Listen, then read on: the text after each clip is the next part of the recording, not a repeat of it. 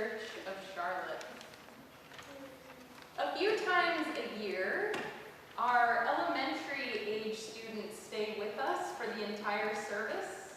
And today, we have some kindergartners staying with us as well. So it's a special day because adults, we get to share our Sunday morning tradition with our kids. So kids, thank you so much for being here. In a moment, I am going to ask you a riddle. There are all kinds of stories where travelers have to solve a riddle before they can have safe passage for their journey. And quite often, riddles have magic in them, and if you get the answer right, a door will open to somewhere new and mysterious. But riddles also invite us to hear something that may be very familiar to us in a new and different way. That is, riddles are powerful because they help us think more deeply about the things we encounter in everyday life. And today we are talking about something that we see quite often, but don't always take the time to celebrate. So first, I'm going to ask you this riddle, and then I want you to think to yourselves what you think the answer is. And then on the count of 3, I want to ask you to say your answer out loud, okay? So first, the riddle. Bright and dark, black and white, I am the shepherd of the night. Fast and slow, rise and sink. No eyes, yet every month I blink. Always old, sometimes new. Never sad, sometimes blue. Never empty, sometimes full. Never pushes, always pulls.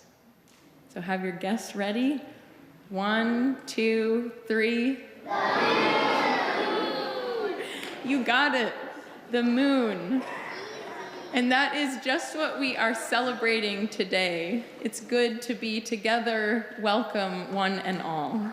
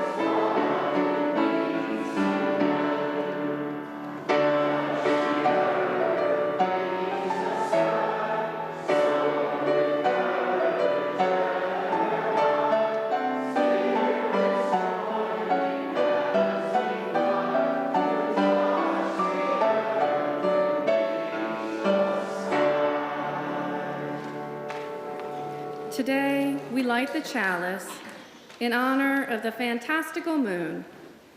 May we celebrate its wonders and revel in its mysteries.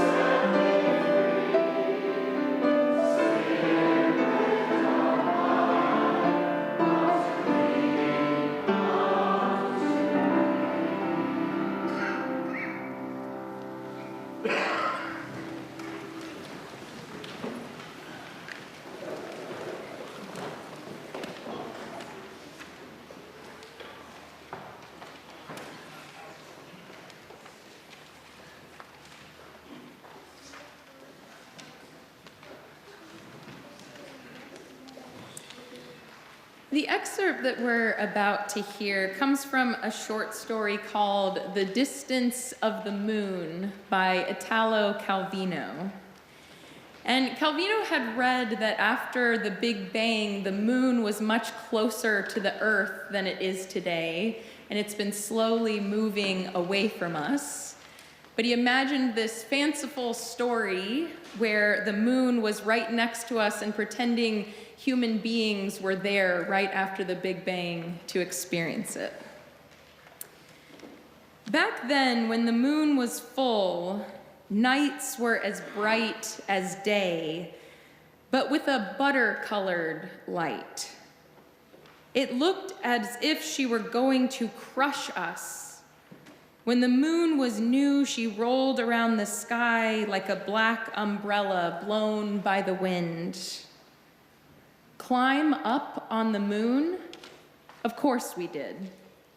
All you had to do was row out in a boat, and when you were underneath, prop a ladder against her and scramble up. On the nights we climbed up onto the moon, the water was very calm, so silvery it looked like mercury, and the fish in it, violet-colored, unable to resist the moon's attraction, rose to the surface, all of them, and broke from the sea and ended up on the moon. All those fish hanging down from that lime-white ceiling, or else they stayed in midair, a phosphorescent swarm we had to drive off waving banana leaves at them. Now you will ask me what in the world we went up on the moon for. I'll explain it to you. We went to collect the milk with a big spoon and a bucket. Moon milk was very thick, like a kind of cream cheese. It formed in the crevices between one scale and the next through the fermentation of various bodies and substances of terrestrial origin, which had flown up from the prairies and the forests and the lakes as the moon sailed over them. It was composed chiefly of vegetal juices, tadpoles, bitumen, lentils, honey, starch crystals, sturgeon eggs, molds, pollens, gelatinous matter, worms, resins, pepper, mineral salts, and combustion residue. You had only to dip your spoon under the scales that covered the moon's scabby terrain, and you brought it out filled with that precious muck.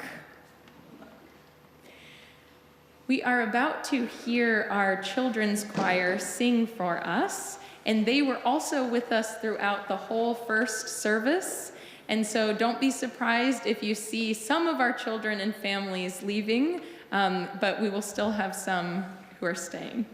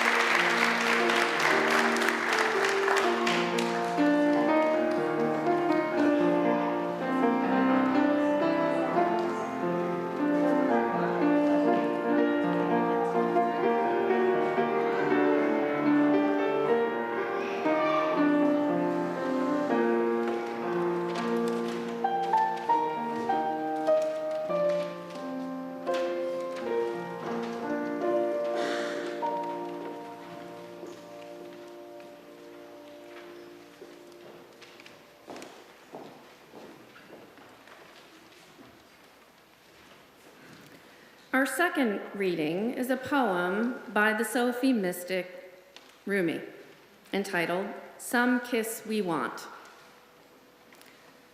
There is some kiss we want with our whole lives, the touch of spirit on the body. Sea water begs the pearl to break its shell, and the lily, how passionately it needs some wild darling. At night, I open the window and ask the moon to come in and press its face against mine. Breathe into me. Close the language door and open the love window. The moon won't use the door, only the window.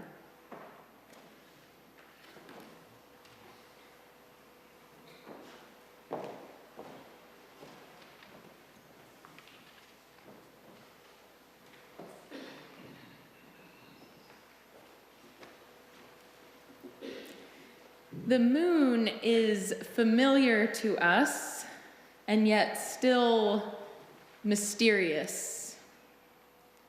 12 human beings in the history of our existence have walked on the moon. They've left footprints and brought back moon dust and moon rocks. Yet looking up at the glowing presence in the sky, the moon still feels mysterious.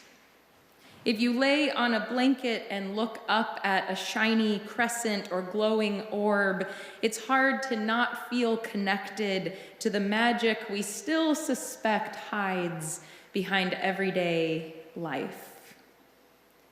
The moon calls to something in us that longs to connect with the mysterious and the holy. The part of us that wants to understand how the world began and how life continues on. The Zuni people live on tribal lands in western New Mexico. They know about curiosity and wonder. They too feel called by the mysterious. To hear the Zuni tell it, the sun and the moon were not always in the sky. In fact, we'd still be living in darkness if Coyote and Eagle had not gone looking for some light. Coyote was not very good at hunting, and he was getting hungry because all he could catch with his paws were a few bugs. But Coyote had watched Eagle hunting. Eagle was graceful and quick and never hungry. Finally, Coyote couldn't stand it anymore. He went to Eagle and said, "Friend, we should hunt together. Two can catch more than one." "Why not?" Eagle said, and the two began their hunting together. Of course, Eagle provided all the food. Coyote just kind of tried to look busy as often as he could. When Eagle wondered why Coyote was not contributing to their bounty, Coyote said, "Friend, no wonder I can't catch anything. I can't see. Do you know where we could get some light?" Eagle agreed and said, "I think there's a little toward the west. Let's go find it." At last, Coyote and Eagle came to a place where kachinas were dancing. If you've never heard of them, kachinas are part of the life force in existence. They're connected to all people and all things. Kachinas are spirits who sometimes look like people. And often when they're in human form, they're dancing. So when Coyote and Eagle came upon the kachina dancing, they were amazed and sat and watched them for a while. Then Eagle said, "I can believe now these are the people who have the light."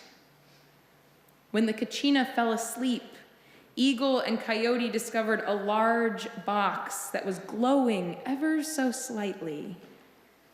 Eagle was cautious, but Coyote sprang forward and opened the lid, and the sun and the moon escaped into the sky. From then on, the sun helped the crops grow during the day, and the more subtle glow of the moon keeps the people from being lonely at night. The moon connects us to the wonderful and mysterious in everyday life. Many of you have probably heard about the man in the moon. You may have even seen him on a clear night. This friendly face that we can make out from our part of the world. Well, in China, children hear stories about a woman who lives on the moon. There are a number of variations to this myth, but here's one. Once there were 10 suns in the sky, and their heat was so intense that the crops were burning and turning to ash. So the Jade Emperor called upon the most amazing archer named Ho Yi and asked for his help. Ho Yi strung his bow and took down 9 of those 10 suns, leaving just the right amount of light to stream down onto us. The emperor was so grateful that he gave Ho Yi an elixir of immortality. Ho Yi's wife, Chang Yi, finds her husband's magic elixir one day and takes just one sip. But it tastes so good, and she's so thirsty from working all day. She goes on taking a sip at a time, not realizing that she's growing lighter and lighter with every sip.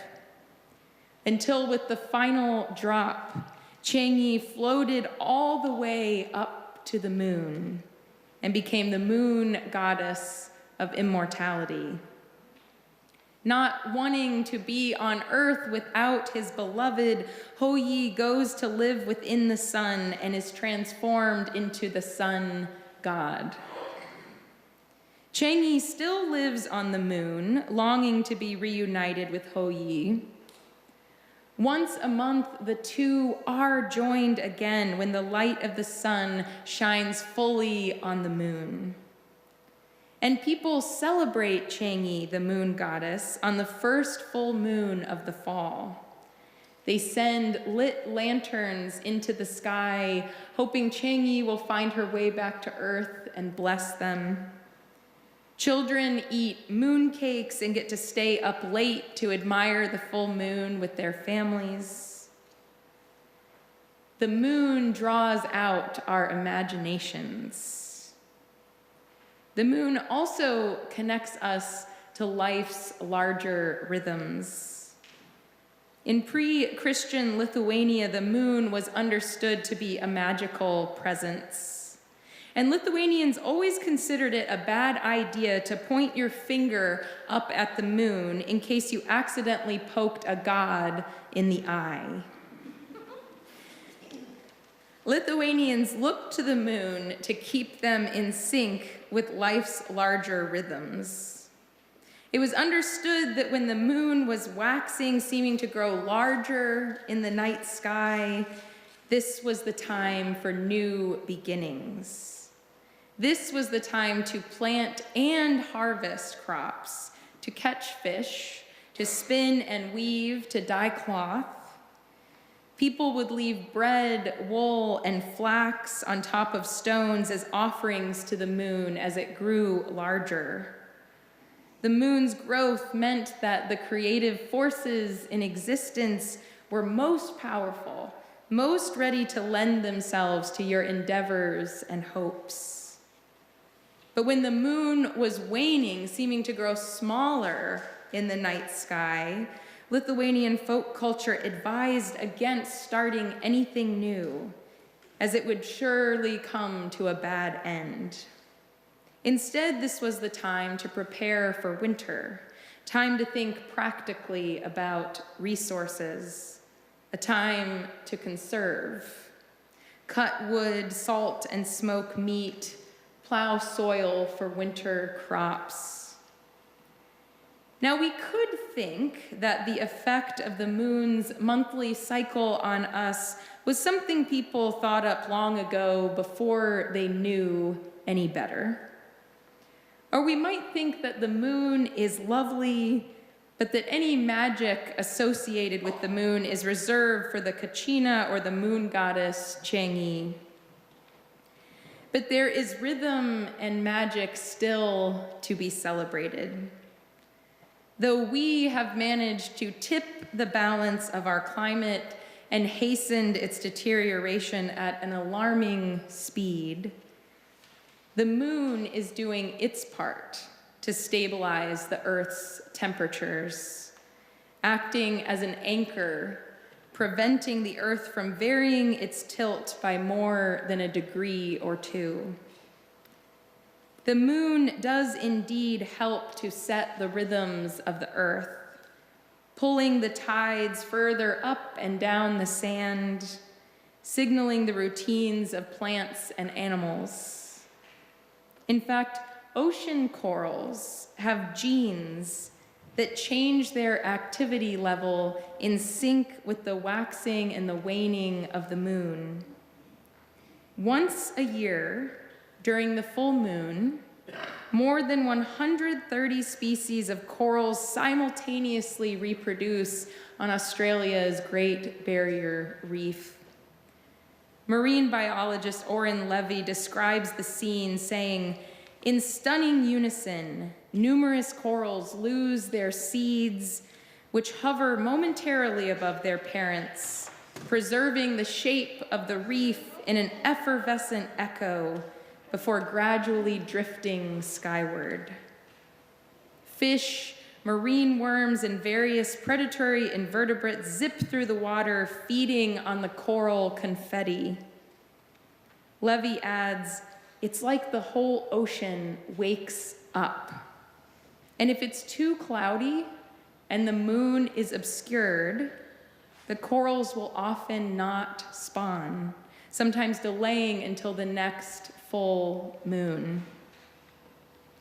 The Earth moves around the sun, but the moon moves around the Earth, looking down on us protectively. The moon's gravitational pull tugs on our lives and the ecosystems we live within. The moon reminds us that we are part of an intricately related and connected world. And life's rhythm of beginnings, endings, and beginnings is acted out above our heads each month by the moon. When we moon gaze, we are connected to all the people who have ever looked up to connect with mystery and wonder. All the people who ever looked up to realign their lives with a larger rhythm. Next time you catch yourself looking up at the moon, think of all the creative minds that the moon has fed. Think how it keeps the Earth steady with its company in a vast universe. And as you stand or lie on a blanket, moon gazing, allow a moment of celebration to unfold in you for the spectacular hidden in the ordinary and the holy in the familiar. Blessed be, Amen. We are about to sing together, but as we prepare to do so, I want to invite any children here with us and any who are feeling young at heart this morning to come forward and get a rhythm instrument to help us with our singing. And when the song's over, to please return your rhythm instrument to this basket.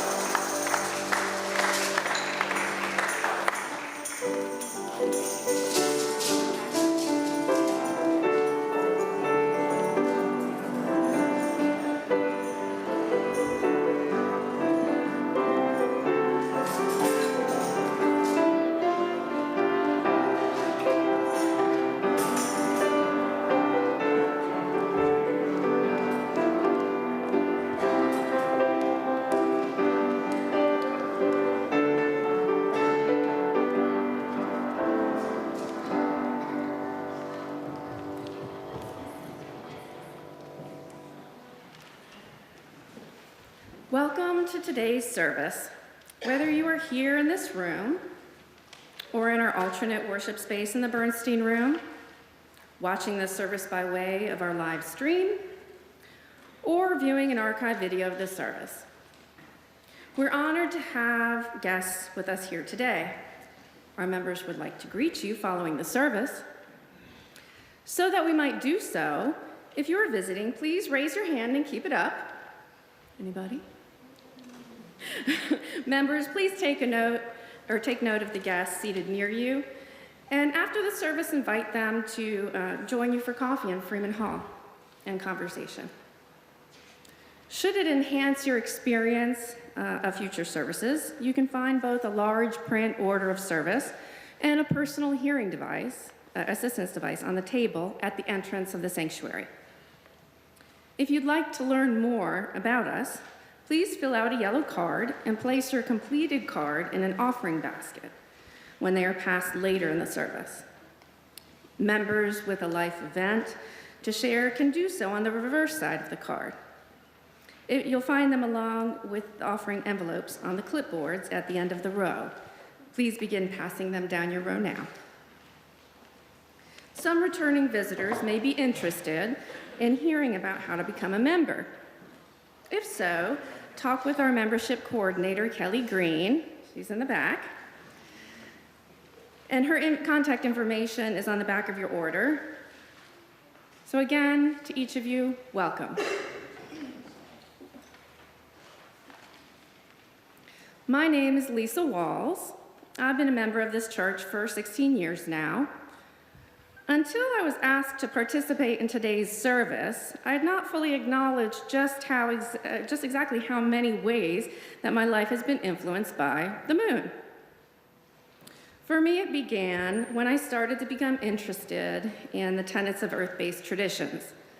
One of my first gateways to this belief system was the moon. The symbolism associated with the moon waxing and waning in its 28-day cycle resonated with me on a profound and in symbolic level. I could see the relationship between the moon cycles and a woman's monthly cycle. This was a tangible way that created an ethereal connection between myself and the world around me. This concept created a sense of being part of a greater whole. I learned about how the cycles of the moon going from waxing, full, and waning are a reflection of the phases of human life cycle. The waxing new moon is representative of maidenhood or youth. The full moon is representative of motherhood or the creative and productive portion of our lives. And the old waning moon is representative of the crone, elder years of wisdom. In earth-based traditions, each of these phases are celebrated equally for what they have to offer. This was a refreshing change from messages received from our modern culture in which the most productive portions of our lives are the most valued. I like the idea that all phases of life had a place to be honored. Early in my exploration on this earth-based path, I was fascinated by the celebrations and practices that were held in many cultures on the full moon. I was envious of the fellowship and camaraderie that these traditions held. Around this time, I was introduced to an annual UU retreat held at the mountain called Women's Spirit. Through this, I began to meet a community of women from the UUCC who had like spiritual interests. So we formed the Women's Full Moon Circle, which was held here at the church every full moon for many years. This group wound up being a place where creativity bloomed. On any given month, the theme of the Moon Circle topics could have ranged from anything from introspective and meditative to representative of artistic collages or paintings, to deep discussions sharing about ancestral traditions. The circle brought out the creative aspects in me as I took turns leading a new and exciting experience on many months. Around the time when the Moon Circle ended, Lunar Rising was born. Lunar Rising is a full-day event here at the UUCC in which people that can relate to the feminine spirit of all ages and phases come together to enjoy enriching rituals, eclectic workshops, and otherwise be in community together. Luna Rising is reported to be the church's largest and most highly attended event. Luna Rising is named after the Latin root for moon intentionally as a symbolic theme for the event. I've offered workshops every year for the past 9 years, and this upcoming Luna will mark the event's 10th anniversary. Through events like the Moon Circle and Luna Rising, I tapped into the creative right side of my brain.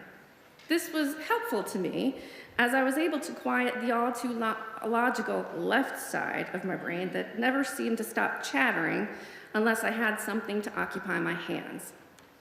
This created a kind of meditative state. I found the spiritual in the interactive experiences shared in a community of others. It offered an alternative way to worship and celebrate that could be playful and fun. There was freedom in this that was reminiscent of childhood. In seeking to find the spiritual and sacred in everything, even the simplest of activities, I spent lots of time pursuing a wide variety of interests. Some of the many areas in which I have dabbled and shared with others are crocheting, sewing, gardening, aromatherapy, incense making, oils, ancestor altars, painting spirit trees, soul collages, leading and creating meditation, drum circles, baking, cooking, candle making, making natural cleaning products, soap making, chanting, runes, tarot, jewelry making, upcycling, recycling, and much, much more. So as you can imagine, it wasn't difficult to include my children on this path with me. My poor kids didn't have a chance with such an earthy mother. There are so many wonderful moon-friendly books and activities for children. One of my kids' favorite stories about the moon, you may have heard of it, was Papa, Please Get the Moon for Me by Eric Carle. It's such a simple and whimsical story about a girl who tried to grab the moon so they could play together. One day, her father climbed a ladder and retrieved it for her. I recall my husband and I recreating this story for our kids as he actually climbed a ladder onto our roof and brought down the moon for them. Seeing the amazement on their faces of wonder and disbelief was priceless. I continue to pursue the natural way in which children view and experience the world through such sheer joy. This has never been so important as it is now in our world today. So one way that I have found this came by way of the moon. I hope to bring the same experiences to others and spark a similar joy for others. This church has been a wonderful place to support and nurture this. So if you're wondering, the moon is currently a waxing gibbous, and it will be full by Wednesday. I would encourage anyone to turn their sight to the night sky and moon gaze. See where it takes you. Thank you.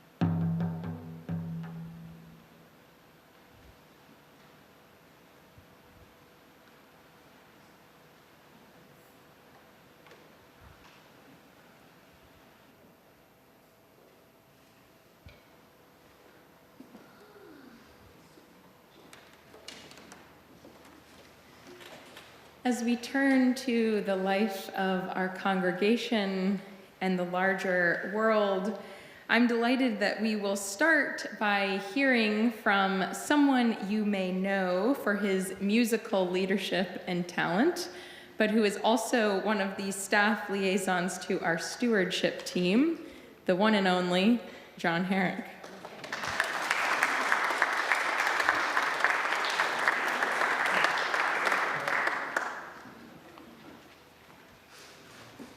I get to wear a different hat this morning. Oh, this afternoon.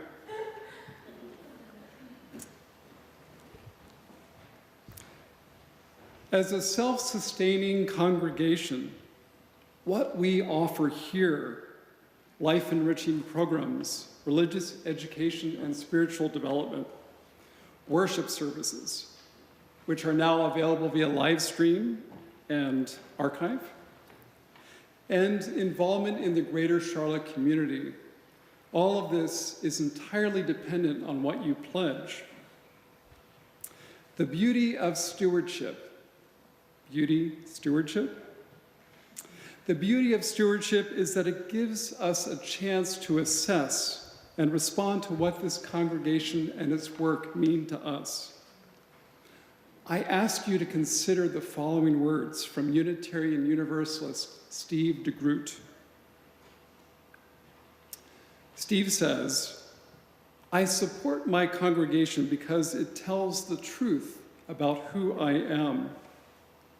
If I did not, it would say that I was a person who had nothing to give, or I was a person who received nothing from life, or I was a person who did not matter to the larger society, or I was a person whose life's meaning was solely in providing for my own needs.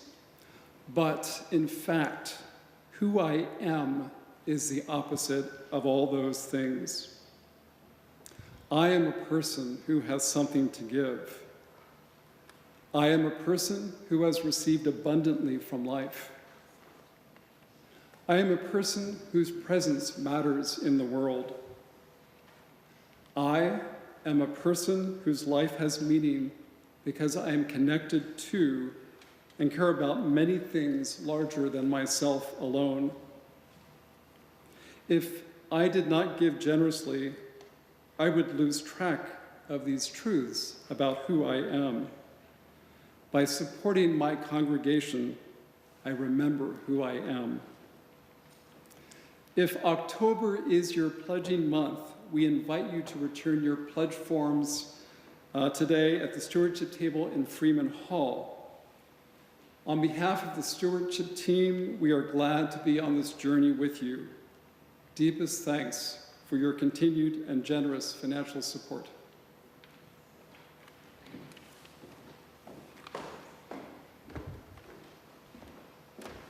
Let the church say amen. Amen. Amen. Thank you, John, for everything. If you want to know more about how to connect with this congregation, you can read through your order of service or explore our website or subscribe to our weekly e-newsletter, Currents. Tomorrow night, there is an opportunity here to learn more about the experience of unaccompanied children seeking asylum in Charlotte. We're going to be hearing from the director of the Immigrant Justice Program. And if you're hoping to attend, we ask that you sign up at the adult programming table in Freeman Hall because seating is limited. Thank you. Earlier, we sang the words, "Hug the laughter, feel the cry." We must take the time to hug the laughter of our world, our country, our community, and our congregation. We're celebrating today that our other minister, Jay Leach, is enjoying a rare few days away because of the wonderful gift this congregation gave him to attend the Dodge Poetry Festival. Just as we must take the time to hug the laughter, we must feel the cry of our world, our country, our community, and our congregation. If you are carrying a joy or a sorrow that is particularly meaningful in your life, later in the service, when the offering baskets are being passed and music is being played, you can come forward to light a candle in the silence. And whatever joys or sorrows you are carrying, may you feel held by this community. We're going to settle in now for a moment of meditation and aspiration. And as we do, I'll ask that we dim the lights so you can see our sanctuary moon better.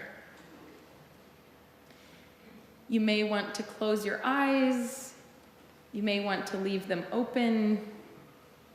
You may want to sit with your palms up to catch a little bit of the moonlight. But as you do, take 2 deep breaths.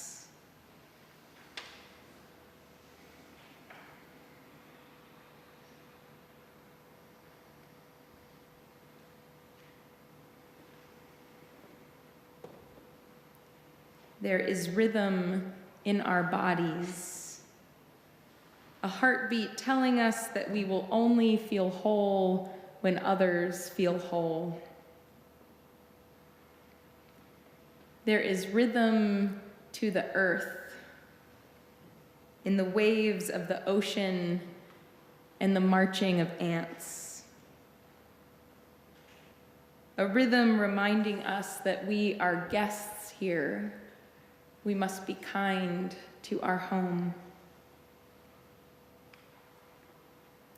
There is rhythm to life, coming and going, reason and nonsense, ease and then heaviness, and then ease.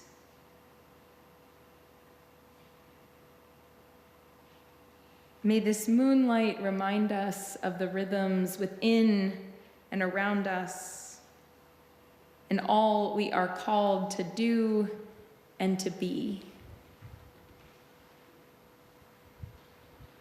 Amen.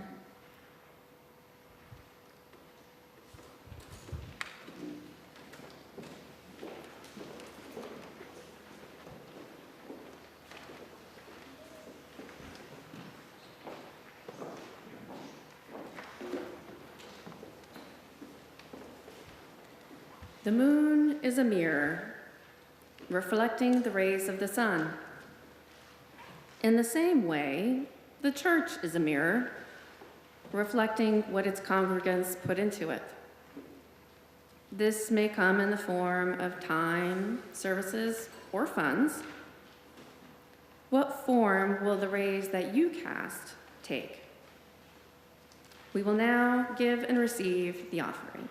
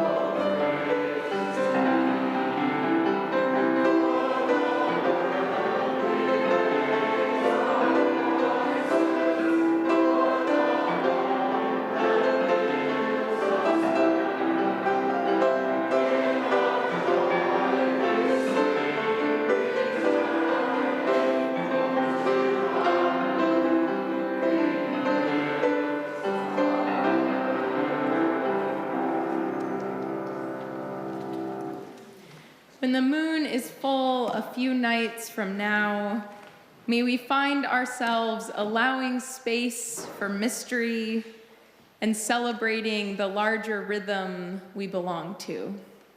Please be seated.